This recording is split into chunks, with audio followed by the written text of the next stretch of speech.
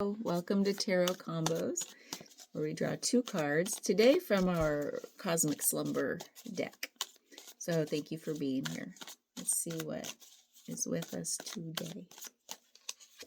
Ooh, 7 of Cups. Challenged challenged by the Knight. Well, that doesn't count. There are 2 extra cards that come in this deck that aren't the traditional cards. So I'm going to skip that one. I should just pull them out of there. And the 2 of Pentacles.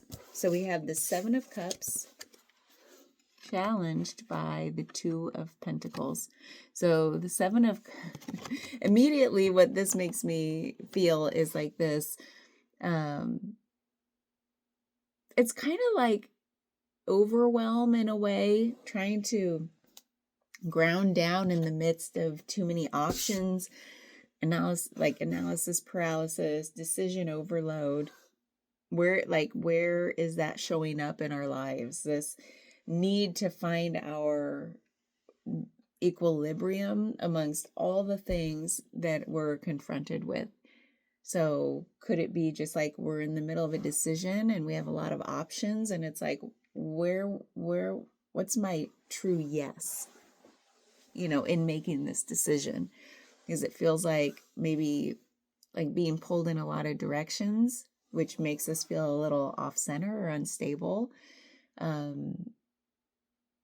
Man, this shows up all the time in our lives, doesn't it? It's almost like almost like that daydreaming. If you're in a phase of life where you're like, I'm ready to bring in more possibilities, like daydreaming of the possibilities, like what could my life look like? Could it look different than it is now? If you're not one to be like too scared off by that notion, then how do you make that decision? How do you, out of all the daydreaming, and it might feel like overwhelming with the possibilities, like what do you want your life to look like? And then it's like, well, what will make me feel balanced, stable, grounded? It's almost like that's what's calling us in, like making the decision with that in mind, versus like, what's the most exciting thing, even though it will destabilize my entire life, which isn't it, there's no good or bad. So it's like, what is something here is challenging you to find your footing, to land on solid ground with whatever you decide. And that's unpredictable, isn't it? We never know where things will lead us. And maybe that's the message here, is like, it's always the journey. There isn't an end. So if we can always dream of all the possibilities and keep that open curiosity versus feel like whatever I decide is set in stone. It's like, no, we're always trying to find our equilibrium with every little tweak, every little turn, every little path we go down. It's like, what will make us feel like this is the path I want to be on, and not have this idea that I have to end up somewhere or that it has to look a certain way. Because this is the card of daydreaming and possibilities. And it's like, why can't we do that all the time? It's not a one and done, is it? It's not like I'm going to sit down today and do all my daydreaming, and then I will make a list of all the things I want to do, put it on my bucket list, and then I have to stick to that list and check them off. Right? It was like, I don't know, that's never worked for me. I just keep adding stuff to the bucket list. And do you know that people don't know what that word means, that phrase? I think I told you this a long time ago.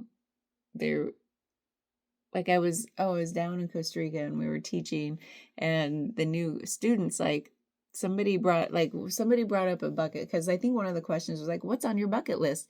And one of the students, who's probably in their 20s, was like, what's bucket list? What's that mean? And all of us were like, oh, that's right. It's one of those phrases that maybe's dropped out of culture. So anyway, if you don't know what a bucket list is, it's what do you want to do before you kick the bucket? Put it on the list. Get it done. And it's like, this is saying it's not about the list. It's about every day showing up in that daydreaming mindset, because there's no like idea about where you're going to end up, or what you're doing, what it should look like. What it's like, just the act of doing it, going on the journey, because the Two of Pentacles is one of always having balls up in the air. So it's like, if we feel like, we're not allowed to drop the balls, we're not allowed to pick up new balls or start over, then that makes this really limited. Like, our scope of daydreaming gets very limited if we feel like, I'm not allowed to make mistakes. Like, and this has to be the best list I've ever thought of, and it's like, no, and it's not even a list. So I feel like with a lot of the readings and other people I listen to online, it's like, it feels like we're all sensing this,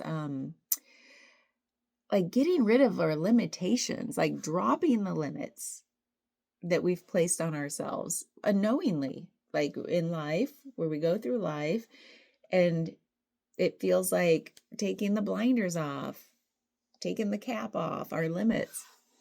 So that seems to be an overarching theme for this year, at least right now. Who knows where it will lead, but it's not just me sensing this. I hear it from a lot of people. It's like, wait a minute. And they say, like, last year maybe had a theme of like shedding, because it was the year of the snake. So it's like, when we shed our old like persona or those old limitations, then it's like, this year is about the fire horse, right? Which I don't know what a fire horse is, other than there's fire energy and there's like galloping energy. So it feels like, now that we've dropped the weight of our old skin and the constrictedness that we were in, a snake shed so that it can grow, right? I think. And so why, like, this year's about, now we're off and running toward our dreams, our possibilities. And so our balls are always in the air. We're allowed to drop them. We're allowed to say, oh, that one didn't work out. And that's good, because it wasn't for me, right? Pick up a new ball, start juggling. So I feel like that's a big theme this year, is just like, stop limiting ourselves. And how do we do that? Sometimes it feels hard. It's like, well, I would be doing that if I knew how. Right? Sorry to yell at you. Oh, so how do we do it? I think it's like baby steps.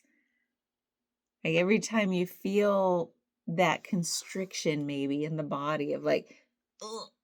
Like I said the other day, somebody calls it like a body no. Like, then look at, like, feel it and be like, oh, well, whatever I was thinking about or daydreaming about in that moment, that is a no. And think about the body, yes, where it feels expansive and maybe warm, tingly. I don't know, whatever your yeses feel like. And then go towards that. So it could be like a practice in the moment, every moment of like, whatever we're looking at. Is this what I want to be doing right now? Because all we have is now. It's not even about future, like daydreaming of a future mythical point in time. It's like, right now, what is firing me up? Sit down and think about it. Like, what am I curious about? What do I want to learn more about? With no expectation on like, will it make me money, or will it be fun, or will it be exciting enough, or would anybody else approve? It's not. I think this year we're just dropping all that nonsense. It's an illusion. None of that ever leads to like fulfilling, like the fulfillment we feel within us, like contentment, fulfillment, peace, joy, all that. It doesn't lead there when we have all these like, well, should be like the word should, So maybe those are some ways to like drop the limits, is by recognizing what language we're using, what the body sensations are. Yeah, I think this year is going to be wild and free. And it might take a while to get going. We're not yet in the fire horse energy, apparently, but it's coming. I forget when Chinese New Year is. Is it now? It is February already. I have to look. I should know this. should. I don't have to know anything.